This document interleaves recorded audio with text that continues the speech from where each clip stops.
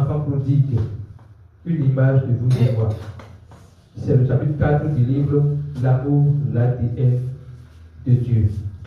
Alléluia.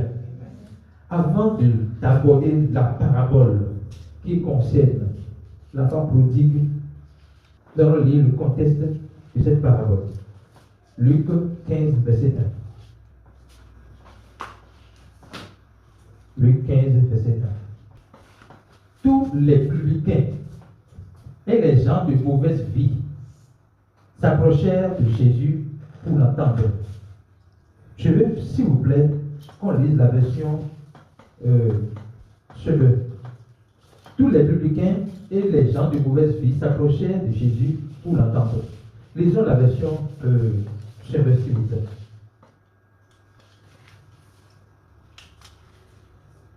Donc, les publicains sont encore appelés les collecteurs d'impôts. Tous les collecteurs d'impôts et autres pécheurs notoires se pressaient tous autour de Jésus, avides d'écouter ses paroles. Quand j'ai vu cette version, j'ai dit waouh. Les collecteurs d'impôts et les pécheurs notoires se pressaient tous autour de Jésus, avides d'écouter sa parole. Ceux qu'on appelle pécheurs, ceux que nous appelions pécheurs, parce qu'ils se comportent mal, parce qu'ils n'ont pas une bonne conduite.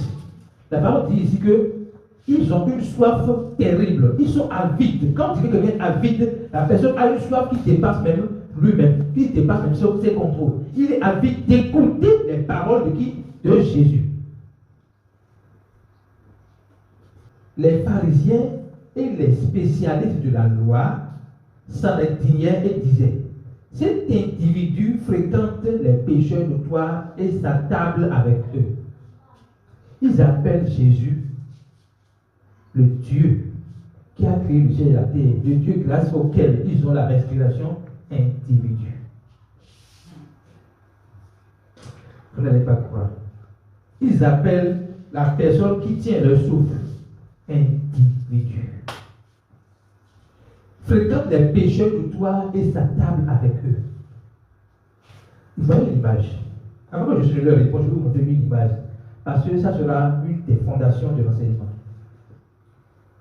Les publicains sont des pécheurs aux yeux des pharisiens. Ok? Les pharisiens ne se voient comme des pécheurs. Les publicains sont des pécheurs aux yeux des pharisiens. Mais les pharisiens et spécialistes de la loi ne se voient pas comme des pécheurs. Mais nous savons que être pécheur, c'est une question d'abord de nature. Est-ce que les pharisiens étaient nés de Dieu? Étaient nés de Christ? Avaient déjà cru en Jésus-Christ? Non. Ça veut dire que les pharisiens étaient quoi? Pécheurs. Ils étaient pécheurs par nature. Et parce qu'ils se donnent à l'obéissance de la loi, ils se croient déjà meilleurs par rapport aux autres. Suivez bien, s'il vous plaît. Suivez bien, s'il vous plaît. Les pharisiens ne sont pas moins pécheurs que ceux qu'ils appellent pécheurs. Mais parce qu'ils s'adonnent à l'obéissance de la loi de manière hypocrite, ils sont convaincus qu'ils sont meilleurs que les autres, alors qu'ils sont tous pécheurs. Les pharisiens, comme les publicains, sont tous pécheurs devant Dieu. Les pharisiens, comme les publicains, sont tous disqualifiés devant la loi. Jacques 2, verset 10, nous fait savoir que celui qui obéit à toute la loi et manque contre un seul a péché contre toute la loi. Les pharisiens sont les premiers à violer leur propre loi.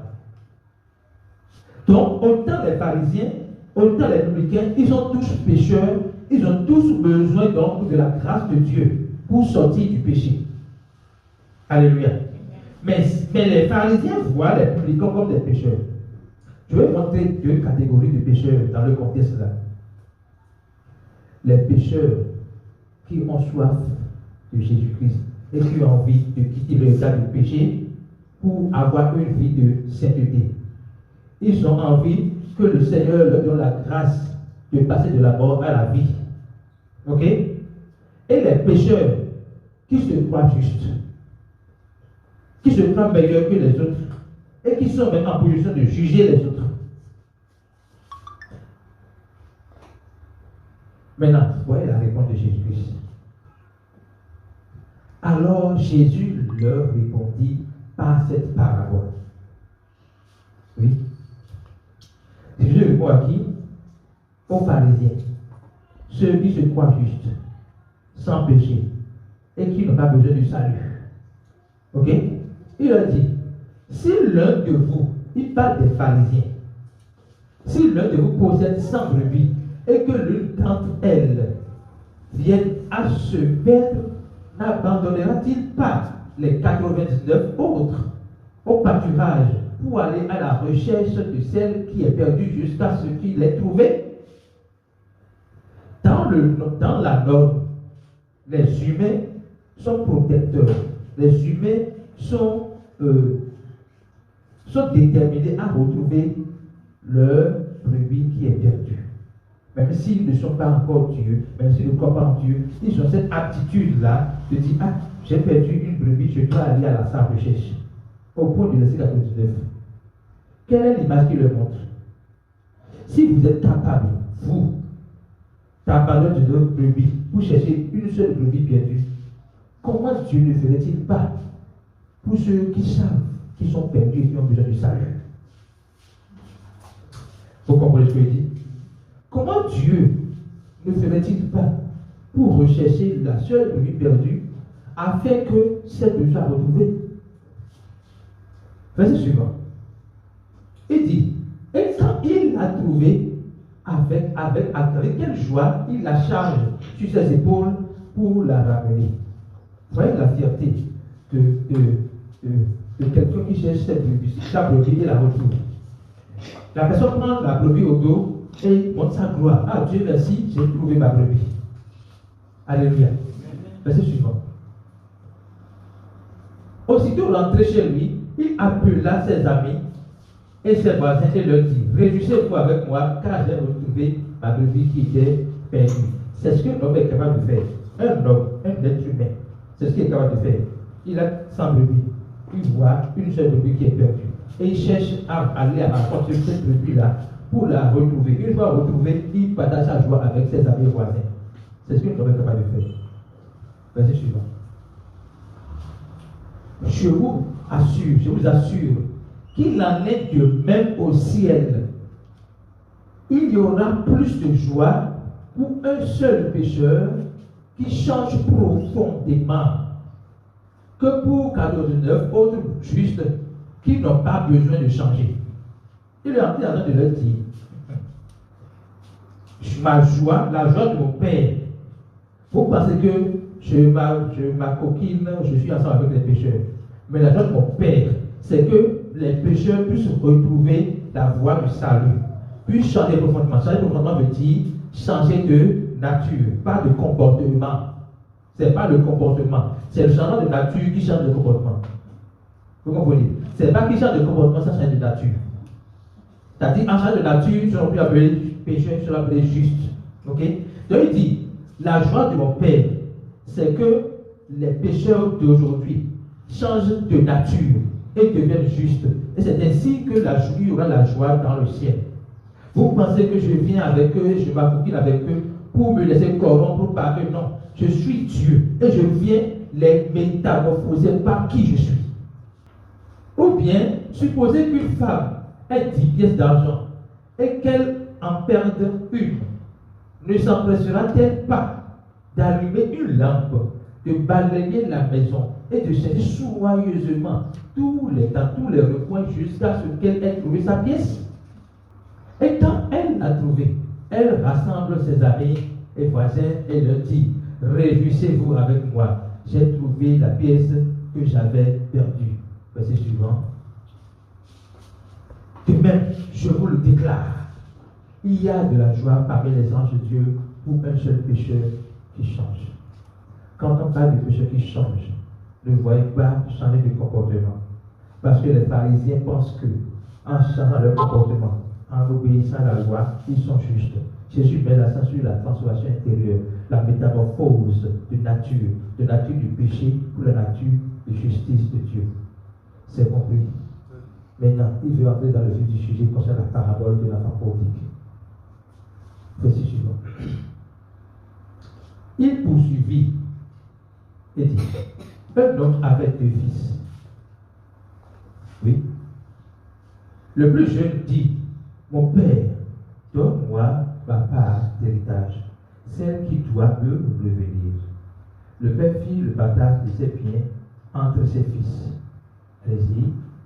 Quelques jours plus tard, le cadet vendit tout ce qu'il avait reçu et s'en alla dans un pays lointain.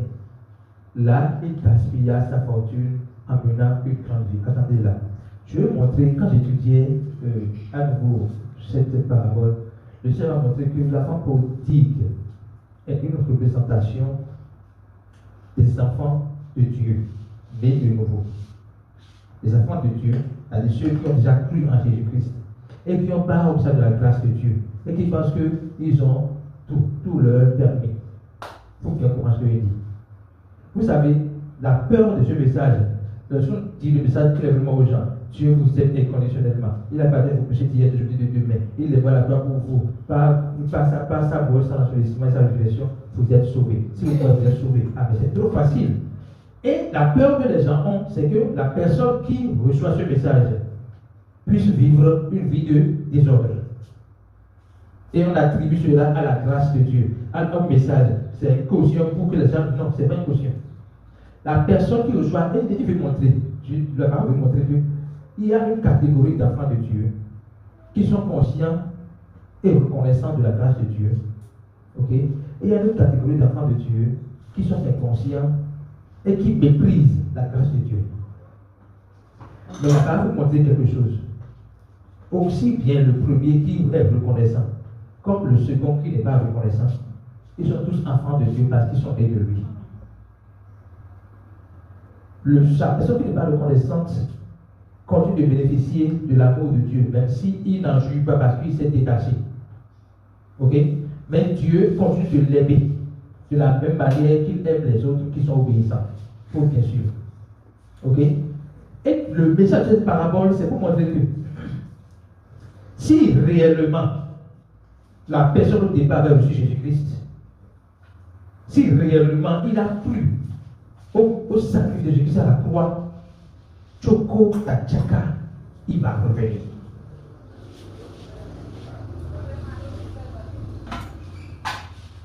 Alléluia. Quand il eut tout dépensé, une grande famine survint dans ce pays-là et il commença à manquer du nécessaire. Allons-y. Alors il alla se faire embaucher par un propriétaire de la contrée. Celui-ci l'envoya vers les champs garder les pauvres. Allons-y. J'espère que tout le monde mange la main des pauvres ici. Ce n'est pas interdit. Alléluia. Le jeune homme aurait bien voulu apaiser sa faim avec les caroubes que mangeaient les bêtes, mais personne ne lui en donnait. Vous imaginez? Vous imaginez? J'ai dit que ceux qui mènent une vie de désordre, et ils diminuent tellement leur identité qu'ils sont capables de faire des choses qui ne ressemblent pas du tout à leur père. Est-ce que quelqu'un a eu envie, une fois ici, de manger la nourriture du pauvre pour survivre? Hein? Mais voyez l'état dans lequel cet enfant s'est trouvé. Et c'est une image pour montrer que nous sommes prêts à nous mépriser, nous sommes prêts à nous rabaisser, nous sommes prêts parce qu'on ne veut pas comprendre la grâce de Dieu, parce qu'on veut vivre une vie de libertinage, nous sommes prêts à vendre notre identité, à vendre notre autorité, à libérer tout ce que Dieu nous a donné pour des quêtes. Et le Seigneur n'est pas content de ça. Je disais au départ, si vraiment la personne avait reçu Jésus-Christ, parce qu'on dit, lui là, il était chrétien, aujourd'hui c'est ce qu'il fait. Ah, il était chrétien, aujourd'hui c'est ce qu'il fait. Oui, il y a des gens qui sont chrétiens par conformisme. Ils sont dans l'église sans recevoir Jésus-Christ. Je ne parle pas de ceux-là. Je parle de ceux qui ont reçu Jésus-Christ, qui ont vu que la grâce lui donne la liberté de tout faire, ok? Et qui s'en vont faire tout ce qu'ils veulent. Ils commencent, en faisant tout ce qu'ils veulent, ils détruisent leur identité. Ils méprisent qui ils sont. Et ils sont méprisés des hommes. Ce qu'ils ne peuvent jamais faire, ils sont capables de faire ça pour survivre. Alléluia. Donc, continuez le verset, vous allez voir quelque chose. Alors, il se mit à réfléchir sur lui-même et se dit. Il se mit à réfléchir sur lui-même et se dit. Tous les ouvriers de mon père, donc il commence par se reconnecter à qui il est. À un moment donné, il a oublié qu'il avait un père. Il a oublié qu'il est fils de son père. Tous les ouvriers de mon père peuvent manger autant qu'ils veulent, alors que moi, je suis ici à mourir de faim. Alors que moi, je suis ici à mourir de faim. J'ai dit que si la personne est née de Dieu et porte la vie de Dieu, Choco, la Tchaka, il peut faire le tour du monde. Il peut faire le tour des sectes ésotériques. Il peut faire le tour des couvents. Il peut faire le tour qu'il veut. Il va revenir. Quel a dit ça? Il a dit quoi? Verset suivant. Je vais me mettre en route. J'irai vers mon Père. Et je lui dirai, mon Père, j'ai péché contre toi et contre le ciel. J'ai péché contre Dieu et contre toi. Je ne mérite plus d'être considéré comme ton fils. Accepte-moi comme l'un de tes ouvriers. Quelle est l'image que j'ai vue? Les ouvriers de Dieu, ceux qui servent Dieu sans être enfants de Dieu, sont meilleurs en termes de santé, en termes de jouissance des bienfaits de Dieu, que même lui, fils, qui s'est éloigné de Dieu. Ça veut dire quoi? Nous allons prier vraiment pour les gens qui ont déjà cru en Jésus-Christ et qui, à cause soit de leur ignorance, il y a une phrase que j'ai entendue hier, l'inconscience de l'ignorance. À cause de l'inconscience de ceux qui sont ignorants de la grâce de Dieu, mènent une vie de désordre. Et parfois même, se montre que c'est maintenant qu'ils ont trouvé la vérité. Oui, c'est maintenant qu'ils ont trouvé la vérité. Alors que Jésus, c'est la vérité. Ça ne va changer, ça ne va jamais changer. La vérité, ce n'est pas un concept, c'est une personne, et c'est Jésus-Christ. Donc, il mène une vie, et dans cette vie-là, il dit non. Moi, j'ai fait pendant 15 ans, maintenant c'est la vérité. Non. Ils sont juste de ce que c'est mon épouse qui a trouvé cette expression hier, l'inconscience dans l'ignorance. Ils sont ignorants, mais j'ai conscience qu'ils sont ignorants. Et parce qu'ils sont conscients qu'ils sont ignorants, ils montrent que oui, ils ont la conscience de leur sagesse. Alors que non. Alléluia. Donc, il dit, je ne mérite plus d'être considéré comme ton fils. Donc, écoutez bien. L'enfant savait que j'ai un père. Je porte la vie de mon père. Mais l'enfant se disait, parce que j'ai fauté, parce que j'ai fait des erreurs, là, il a quitté mon corps. Je ne suis plus fils de mon père. Or, la demeure en lui, quelles que soient ses actions. La preuve est que comment tu l'as accueilli? Allons-y. Voyez comment le père l'a accueilli. Il se mit en route pour se rendre chez son père. Quand il se trouvait encore à une bonne distance de la maison, son père l'aperçut et fut pris d'une profonde pitié pour lui. Il courut à la rencontre de son fils, se jeta sur son cou et l'embrassa longuement. Imaginez un père qui a donné ses biens à son enfant. Son enfant va gaspiller le bien. Et l'enfant revient. Et il s'accourt pour l'embrasser. Ça veut dire qu'à aucun moment, le père n'est fâché pour son enfant. Nous sommes fâchés. Écoutez bien, nous sommes fâchés quand nous voyons des frères mener une vie de désordre. Et on a raison. Mais Dieu ne se fâche pas. Quelle est l'approche de Dieu? Il va revenir. Dieu connaît la fin. Il sait que c'est son enfant. Si c'est mon enfant, il va revenir. Anokaka, Anawa Djougou. Tu vas revenir. Dieu est convaincu qu'il va revenir. Et la prière de Dieu matin, midi, soir, c'est que le jour qu'il doit revenir vienne pour qu'il revienne. Donc, notre attitude à l'égard des frères et sœurs qui ont quitté l'église, qui ont quitté, pas la foi, qui ont quitté l'église en termes de je participe à tel, qui ont dit non, maintenant c'est la vérité, moi j'ai trouvé la vérité, j'ai trouvé ma généalogie, j'ai trouvé, ils ont beaucoup de choses à dire. Ceux qui étaient dans l'église, étaient croyants, et qui ne participent plus à la foi, et qui disent non, non, j'ai trouvé mon chemin, nous soyons compatissants à leur égard. Ne les jugeons pas, ne les condamnons pas. Parce que s'il est vrai qu'avant d'entrer dans ce décor, ils ont cru en Jésus-Christ, ils vont revenir. Donc, notre prière, c'est prier pour qu'ils reviennent. Maintenant, ils peuvent revenir avec plusieurs culpabilités dans leur cœur. Et Jésus essaie de déconstruire cela. Il dit, oui, verset suivant, on va lire verset suivant. Jésus, dans Dieu la passé, dit, le Fils lui dit, mon Père, j'ai péché contre Dieu et contre toi. Je ne mérite plus d'être considéré comme ton fils. Je veux une image. Pasteur, Pasteur, non, imaginez. Non, pas oublier. Je suis le Père. Il est le fils prodigue. C'est quand même bizarre que j'ai pris le Dieu. Et je la place comme ça. Et il dit, mon Père, j'ai péché contre toi et contre Dieu. Je ne mérite plus d'être ton enfant. Et voilà le serviteur. Et il appelle le serviteur. Et à lisons le verset. C'est le fils qui dit, verset suivant. Le fils dit, mais le père dit à ses serviteurs, allez vite chercher un ami.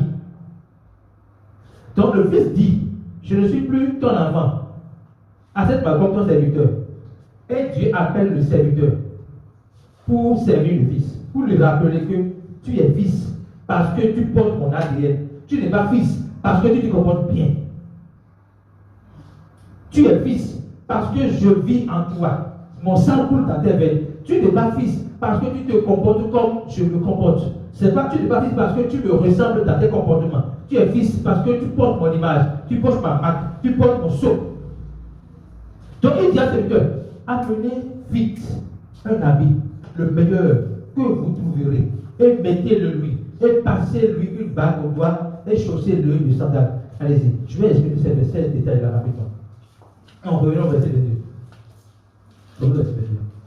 Il dit, allez vite chercher un habit, le meilleur que vous trouverez, et mettez-le lui. Lorsqu'on va étudier ce verset, on voit qu'il s'agit du vêtement de la justification. Il rappelle à son fils que tu es justifié parce que tu es mon enfant. Tu n'es pas justifié parce que tu es 100% légaliste, tu es 100% obéissant à la loi. Tu es justifié parce que tu es mon enfant. L'enfant que tu es ne dépend pas de tes actes, mais dépend de l'acte que j'ai posé à la croix pour toi. Tu es justifié parce que tu as cru que Jésus-Christ a payé le prix du péché à la croix pour toi. Tu n'es pas justifié parce que tu crois que tu te comportes bien. Alléluia. Donc, le principe de la justification se trouve dans le premier, dans le fait de trouver un habit le meilleur qu'on le porte. Le second principe, mettez-lui et passez-lui une bague au doigt. Vous savez, quand Pharaon devrait confier l'Égypte à Joseph, qu'est-ce qu'il a fait? Qui sait ce qu'il a fait? Il a posé une date claire pour lui confier l'autorité sur l'Égypte. Qu'est-ce qu'il a fait? Réfléchissez, les étudiants. Oui, qu'est-ce qu'il a fait, Marie-Claire? Je n'ai pas entendu. Il lui a porté une bague. Il lui a porté une alliance pour lui montrer qu'à partir d'aujourd'hui, tu as autorité sur ce pays. Ok? Donc, en passant la bague au doigt de l'enfant, première chose, il rappelle son identité. Tu n'es pas justifié parce que tu te comportes bien et parce que tu consens tout à fait bien. Maintenant, tu as l'autorité sur les serviteurs que tu devais devenir. En lui passant la bague au doigt, il donne l'autorité. Il le rétablit dans son autorité d'enfant de Dieu. Un enfant de Dieu reste enfant de Dieu. C'est parce que tu n'as pas l'argent. Il faut que vous compreniez ça. C'est parce que tu n'as pas l'argent.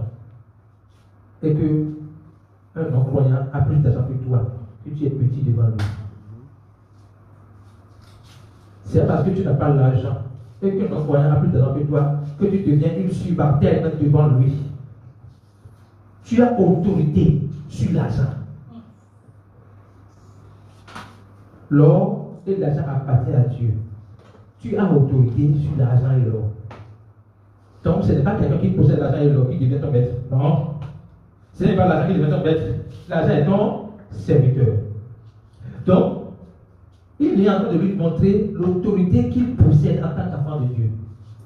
Or, l'autorité s'appuie sur la compréhension de l'identité. C'est pour ça qu'il a commencé par lui donner la justification par la foi, pour lui montrer que maintenant tu peux appuyer ton autorité en basant sur le fait que tu es mon enfant, non pas sur la base de tes actes, mais sur la base de moi qui suis ton père. Dernière chose, chaussez-le de sandales. Qui sont beaux, qui les beaux, ou qui sont beaux, les pieds de ceux qui annoncent l'évangile du Père. Il lui donne la responsabilité d'aller annoncer le message de la justification par la foi.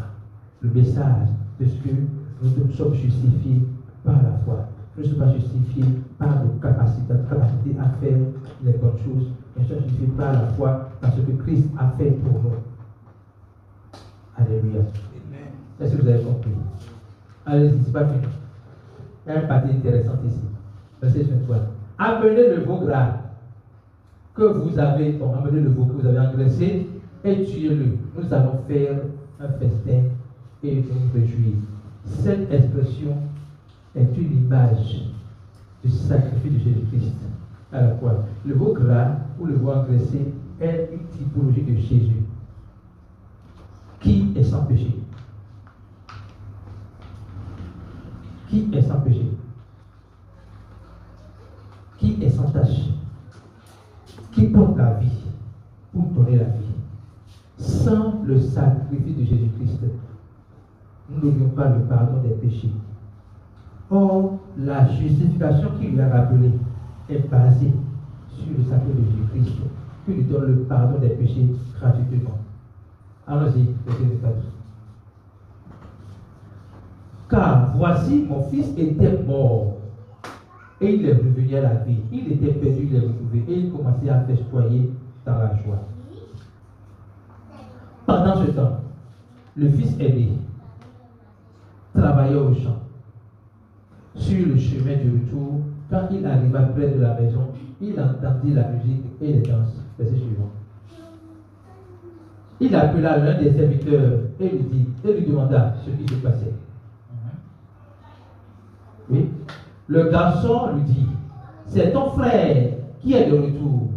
Ton père a tué le veau gras en son honneur parce qu'il l'a retrouvé sain et sauf.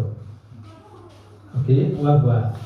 Alors le fils aîné se mit en colère et refusa de franchir le seuil de la maison. Son père sortit et l'invita à entrer. Avant de continuer, j'ai dit que l'enfant prodigue est une image du croyant qui se fout ou qui se moque de la grâce de Dieu. Maintenant, le fils aîné est quoi? Et le croyant qui n'apprécie pas la grâce de Dieu, mais reste dans le légalisme. Je reprends. Le fils aîné, dans ce contexte, c'est également un enfant de Dieu. Les enfants de Dieu, ok? L'enfant de Dieu a déjà cru en Jésus-Christ. Mais il croit en Jésus-Christ, mais vit sous la loi. Le fils cadet croit en Jésus-Christ, vit sous la grâce et méprise la grâce. Ok? Le fils aîné croit en Jésus-Christ, ne comprend pas la grâce, mais vit sous la loi, vit sous le légalisme. on a partagé notre héritage déjà. Ça veut dire qu'il n'a plus droit à un copec dans ce qui me reste moi. Vous comprenez? Verset suivant, on va voir clair dans ce que Jésus-Christ a dit.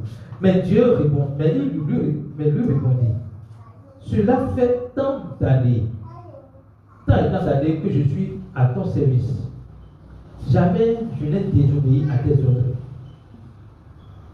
Et pas une seule fois, tu ne m'as donné un chevreau pour festoyer avec mes amis. Verset suivant. Mais quand celui-là revient, ton fils, à peine il appelle son fils, parce qu'il est sans griffe. Donc, lui pense que, vous comprenez, le fils est né, le légaliste pense que, parce qu'il a fait ça, il est le fils. Qui a mangé ta fortune avec des prostituées, pour lui tu tues le veau gras. Et Dieu répondit, ah mon enfant, il lui rappelle, tu es mon enfant. Hein? Mon enfant, lui dit le Père, tu es constamment avec moi et tous mes biens sont à toi. Reprenons ce verset dans le bouche, s'il vous plaît. Tous mes biens sont à toi. Ah, mon enfant, lui dit le Père, tu es toujours avec moi et tout ce que j'ai est à toi. Il fallait bien s'égayer et se réjouir parce que ton frère que voici était mort et il est revenu à la vie. Parce qu'il était perdu et il est retrouvé. Nous devons garder à l'esprit. Le message interpelle chacun de nous. Nous qui sommes croyants, qui avons compris la grâce de Dieu, de voir les autres comme des frères. Je reprends. Nous qui sommes croyants et qui avons compris la grâce de Dieu, Dieu nous demande de voir les autres croyants perdus, qui ne font pas bien les choses, comme des frères, et de nous réjouir de ce qu'un jour ils vont revenir, et d'accepter que le Seigneur les honore s'ils reviennent. Alléluia. Vous comprenez ça? Donc il dit, tout ce qui est à moi est à toi.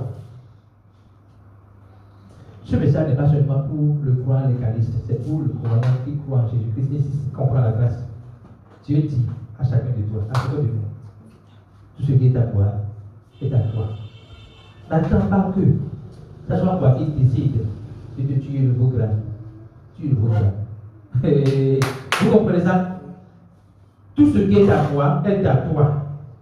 N'attends pas que ça soit moi qui prend l'initiative de te remettre, de te faire telle chose. Prends la chose.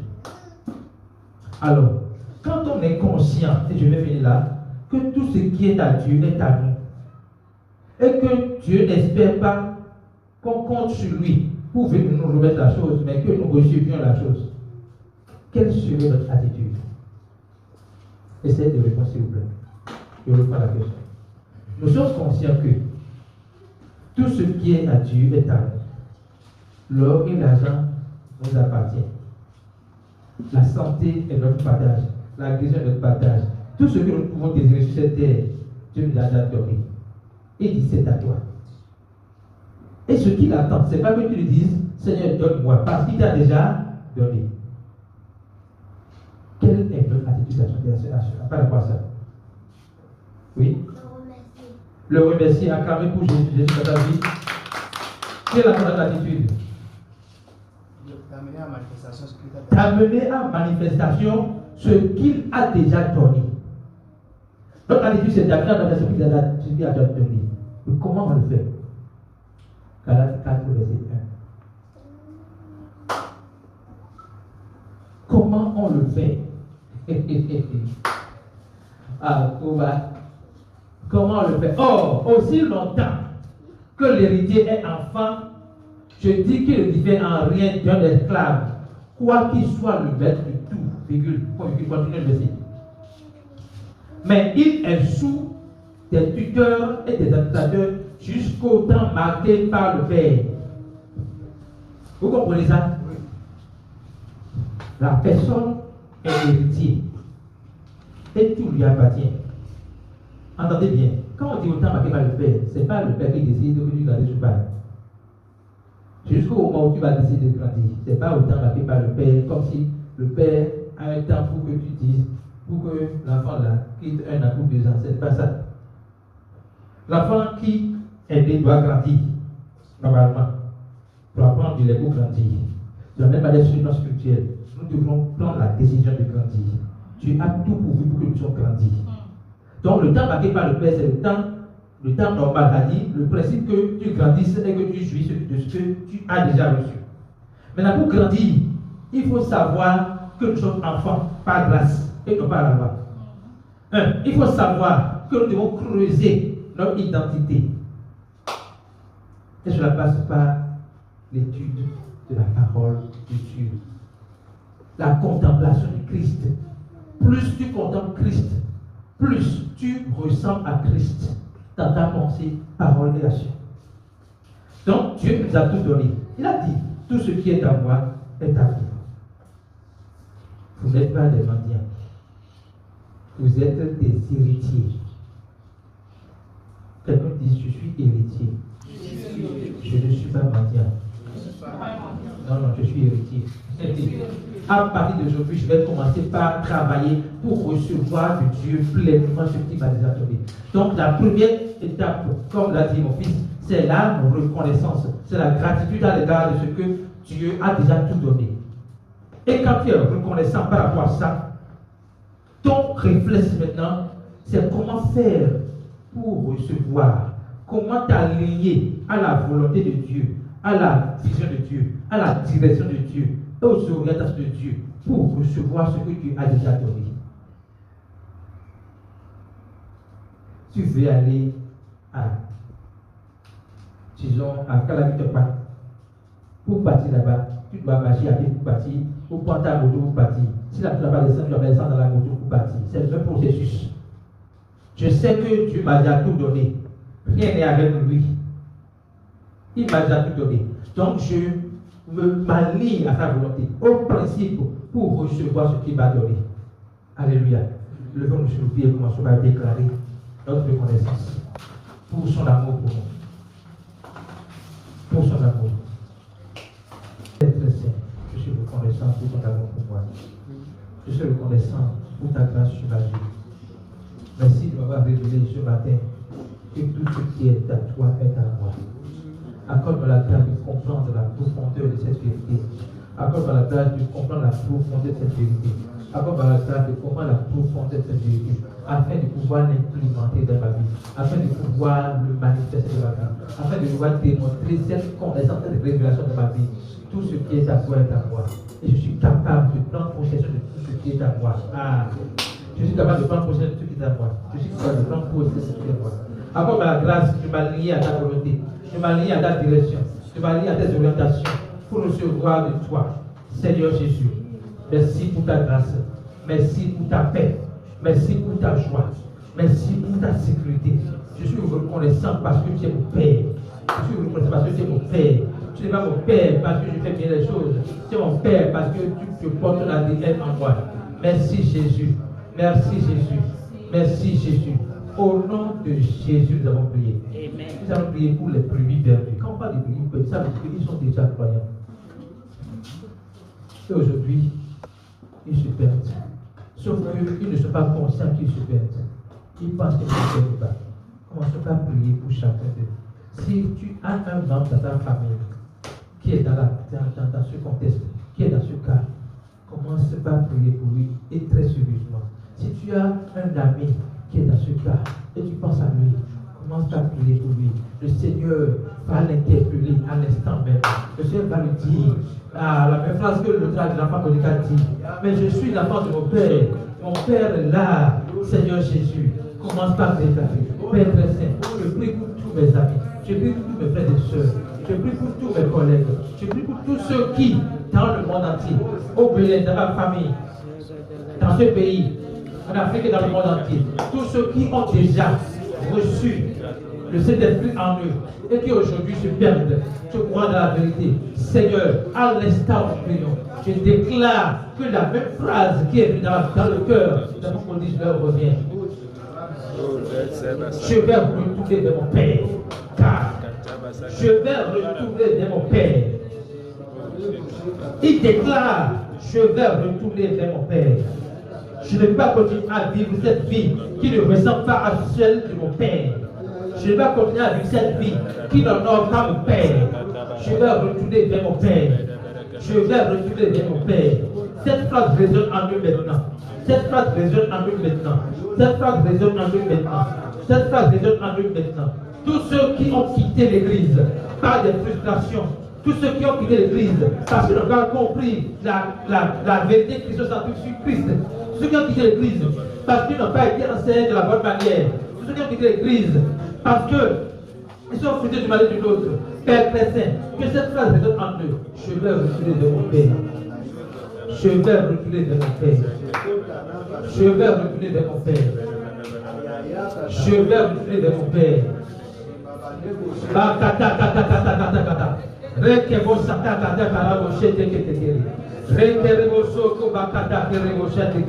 Je vais retourner vers mon Père. Je vais retourner vers mon Père. Merci Jésus, parce que je vais retourner vers mon Père. Il retourne vers le Père. Il retourne vers Dieu.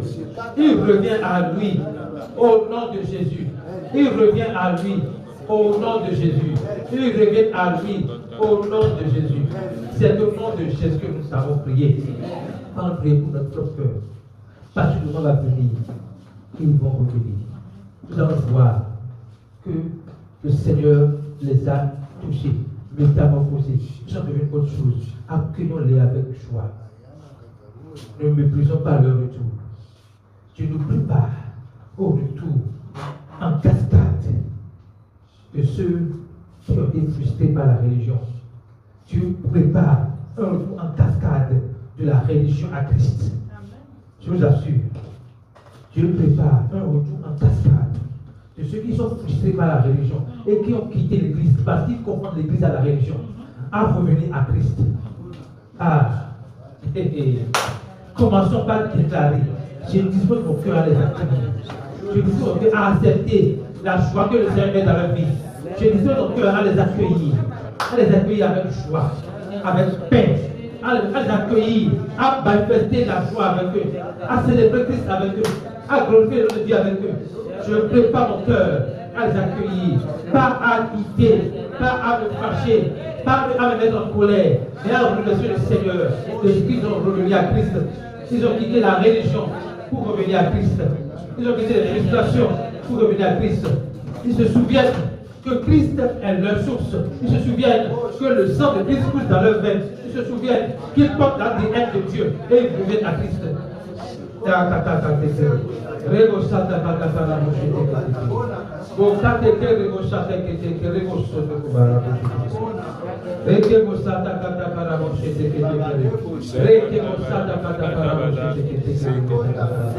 Au nom de Jésus d'Empire. Amen. Des pécheurs qui se croient justes. Des pécheurs qui se croient justes. L'inconscience de l'ignorance. Ils sont pécheurs. Mais ils se croient justes. Nous allons prier pour eux. Afin que le voile de l'auto-justification soit déchiré. Nous allons prier pour que leurs yeux s'ouvrent à l'amour inconditionnel de Dieu. Nous allons prier pour que leurs yeux s'ouvrent à la grâce incommensurable de Dieu. Commençons par déclarer: oui, Seigneur Jésus, nous venons vers toi. Ta volonté est que le monde entier soit sauvé et pas vers la vérité. Ô menti par le pharisien, ton cœur est qu'il se chante, qu'il se convertisse. Ton cœur est qu'il ne se justifie plus par le ZAD, mais qu'il revienne à toi pour bénéficier de ta justification. Père très saint, nous prions pour tous ceux qui, jusqu'à aujourd'hui, se croient justes, alors qu'ils ont besoin de ta grâce. Tous ceux qui se croient justes, alors qu'ils ont besoin de ton amour. Tous ceux qui se croient justes, alors qu'ils ont besoin de ta paix. Merci Jésus, il a repêché la mission maintenant. Repêche la mission maintenant. Brise l'ego, brise leur égoïsme, brise leur orgueil, brise leur orgueil, brise leur orgueil, brise leur orgueil, brise leur orgueil, et accorde-leur de voir la plénitude de la plénitude de la grâce, que le voile de l'auto-justification soit déchiré, que le voile de l'auto-justification soit déchiré, au nom puissant de Jésus-Christ. Merci Jésus, parce que c'est au nom de Jésus que nous avons prié. Nous avons prié pour la rentrée scolaire qui veut commencer. Ce n'est pas par la force, mais par l'esprit. Tu n'as peut-être pas encore payé ta contribution. Tu ne sais pas comment tu vas faire. Le Seigneur me dit de te dire, ce n'est pas par la force, mais par l'esprit. À l'instant même, les portes qui sont ouvertes, tu as assez de portes qui sont déjà ouvertes. Il n'y a pas de portes fermées que tu vois. Non, il n'y a pas de portes fermées que tu vas s'ouvrir. Les portes sont déjà ouvertes. Et nous avons assez à ces portes. Je voudrais déclarer dans le nom de Jésus. Je voudrais déclarer avec ferveur. Les portes sont déjà ouvertes. Les portes de la prospérité sont ouvertes. Les portes de la bonté sont ouvertes. Les portes de la provision sont ouvertes. Tout ce qui est à Dieu est à toi. Ce n'est pas le futur. C'est ça, c'est la réalité. Tout ce qui est à Dieu est à moi. Les portes sont ouvertes. J'ai la sagesse pour accéder aux portes ouvertes. J'ai la sagesse pour accéder aux portes ouvertes. J'ai la sagesse pour accéder aux portes ouvertes. J'ai la sagesse de Dieu pour accéder aux portes ouvertes. Pour recevoir la provision de nos besoins. Pour la scolarité de mes enfants.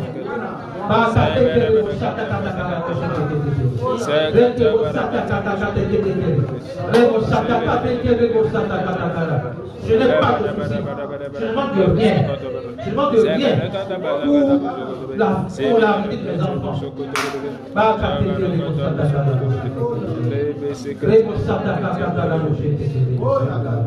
Au nom de Jésus, nous avons prié. Imposez la main à vos enfants. Et à vos enfants, par l'esprit. Mes enfants grandissent en grâce, en sagesse et en stature, à l'image de Christ. Mes enfants grandissent en sagesse, en grâce et en stature, à l'image de Christ. Mes enfants grandissent en sagesse, en grâce et en stature, à l'image de Christ. Ils sont protégés toute notre année scolaire. Ils sont sécurisés toute notre année scolaire. Ils sont en robuste santé, au nom puissant de Jésus-Christ. Ils sont sages, ils sont intelligents, ils donnent le meilleur de Dieu à l'école. Ils sont exemplaires, ils sont des modèles.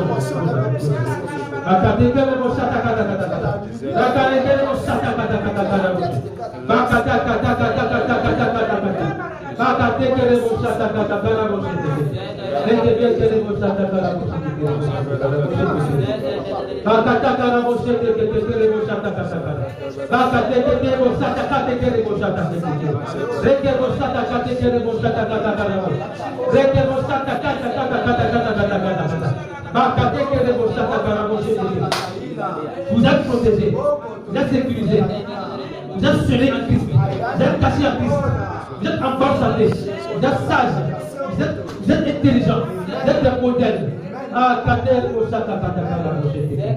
C'est au nom de Jésus que nous avons prié. Nous prions pour la paix dans les maisons.